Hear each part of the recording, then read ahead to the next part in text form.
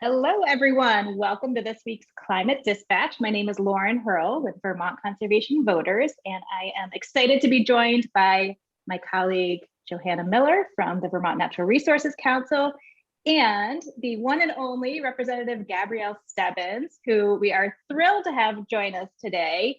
And one of the particular reasons we're excited is because we are awarding Representative Stebbins with our DCV Environmental Rising Star Award. So this is an award that we give every year, every biennium to freshman lawmakers that have really stepped up. And it's not easy to do, to come in, be brand new, and yet step out as a real leader on climate and environmental issues.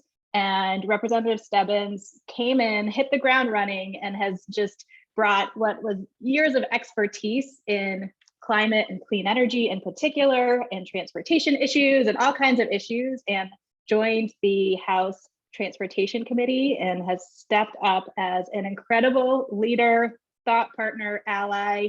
And so we're so grateful for all that she has done already and excited to see what she can continue to do in this role, and serving during COVID in particular, so hard. So we're just so grateful for you serving and for all that you've already done, and look forward to all the work we can do together. So we will be presenting an award at an event with lawmakers next week.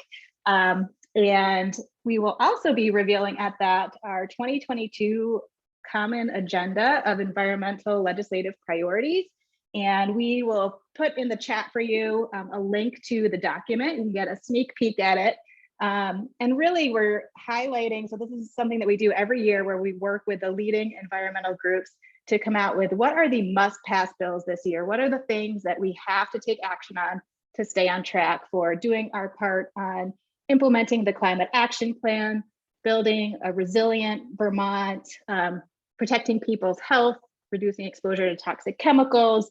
And we've started in recent years building in a component around promoting a healthy democracy, knowing that there's democracies on the line, and we need a healthy democracy in order to maintain a healthy environment. So look out for that, more on that soon. But I want to turn it over to Representative Stebbins to give some highlights of what she is up to in the House and some of the big priorities she sees them moving on. And then we'll turn it over to Joey. Take it away. Well, thanks, Lauren, and thanks, Joey. It's great to be here again. And I have to say, it's really humbling to hear you say all of those kind words. So thank you. As we all know, though, one person doesn't do it. So, it really requires both of you guys, the organizations that you represent, and all the hundreds and, thousands of Vermonters behind you and within our community, sort of really building upon this effort and this energy to make sure we take care of our planet and our resources as wonderfully as possible and as sustainably as possible for us and for all the other life on our planet. Anyway, so, when you look at the climate action plan and you look at all of the modeling that happens from 2022 to 2050, there are certain pieces that were put first. So to your question of what do we need to prioritize? There are certain things that we know we can do now because we have the technology, or we know we can do it now because we have the systems in place to support that. So some of those things, not surprisingly, in the transportation world, making sure we make public transit a lot more available, working a lot more on a public powered rural Uber. It's like a multimodal approach, getting out tons of electric vehicle incentives, as well as supporting charging stations, both at multifamily affordable homes, at businesses. So writ large, how do we solve this problem? Making our roads safer for bikers. All of those pieces are the transition that we need. And there is a bill. It's called the Transportation Innovation Act. It's House Bill 552.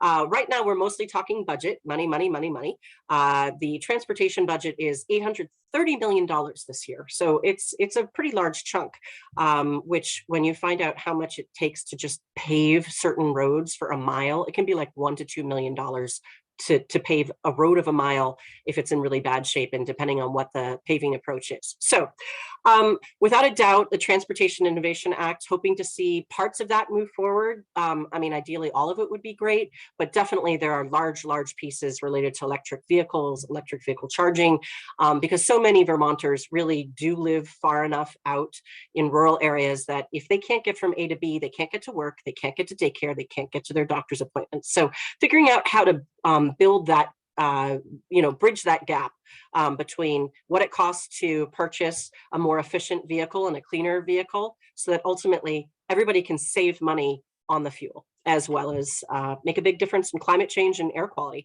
And then, there are other initiatives going on. Weatherization at scale is a bill in the Senate. It's Senate 284. And that's critical. We've known for decades that if we air seal and insulate our homes, we stop eating the great outdoors and we're more comfortable and we save money. So this is really a no-brainer. It's just, how do we put all the pieces together? Again, how do you take the savings that you see over 20 years and figure out how to capture those savings so that we can invest in that upfront cost now, so that overall we're saving and reaping all those great benefits. So that really needs to move forward. Also, just looking at the climate action plan and the fact that we have the technology, we have the know-how, we got to be able to figure out how to find the little obstacles that are in there, like lots of money needed to make it happen. And then also out over in House Energy and Technology, we have the Clean Heat Standard, which is really important. We have a renewable energy standard. It basically says, hey, electric utility companies, you gotta clean up the type of electricity you use to help Vermonters power up our world. And the Clean Heat Standard is kind of the same thing. It says, hey, fossil fuel companies, you gotta help clean it up. It doesn't mean we're banning, it means come to the table and help clean up. And I think that's why a lot of support from all different sides of the conversation are lining up in support of the Clean Heat Standard. And there's so many other pieces. There's an environmental justice bill that's really critical. There's so many bills related to, like, how can we help our municipalities and our state buildings, get off fossil fuels and, shift over to cleaner, more efficient heating and cooling options. So there are a lot. And then there's all the water and the Act 250 and, like, how do we have sustainable forests? So all of that comes into the overall picture that our fantastic Vermont Climate Council worked on for many hundreds of hours to come up with a climate action plan. But those are sort of the highlights that I think, because we know what that technology is and how to do it, we got to jump on it. We got to make it happen so that everybody can save money and everybody can have an opportunity to live more comfortably and still enjoy the great outdoors and Vermont here in a way that's sustainable. I couldn't agree more, Representative Stebbins. So thank you. I just want to step back and give my own gratitude for your leadership on these issues and all the different myriad issues that you laid out and more that are really important in this moment. I mean, we have a big challenge in front of us. We also have a huge opportunity, and leadership matters. Your leadership matters. There is a legislative climate solutions caucus that is working hard on these issues. And the leadership of Vermonters matters. We have incredible leadership at the local level. And so we're looking forward to partnering with you, celebrating you, and that your well-deserved award, and working with an increasingly broad array of Vermonters who understand that we have an obligation to act when it comes to the climate crisis. We have we have to make this an equitable transition. And that's why the environmental justice bill moving through the Senate is so critical. But the myriad of priorities that you laid out, we're going to be following those priorities. We're going to be keeping you abreast of that through these climate dispatches and beyond. So, we always end these dispatches with an action. One of the things that's really important in this moment, as the committees are really digging in, is to make sure that you're letting your legislators know that you care about them taking action on climate, that if you have significant concerns or priorities that you'd like to see in any bill, please put that out there early, because they're really in the throes of digging into the details, and your input will matter. So we'll make sure that you have a link to connect to your legislators. If they're doing good stuff, it's always really important to say thank you, because as Lauren articulated and Representative Stebbins is living, legislating in a virtual world or in a hybrid world is incredibly difficult. So our legislators are doing really important work and we need to be supportive of them. So reach out to your legislators, and mostly, one of the actions I wanted to leave with is just be kind to yourself, get out and get some fresh air this weekend, make sure that you are staying healthy and sane, connecting to those great outdoors, as Representative Stebbins said. So thank you so much for all that you do and for supporting us in this collective effort to do what we need to do and make the opportunity of it. So have a great weekend all.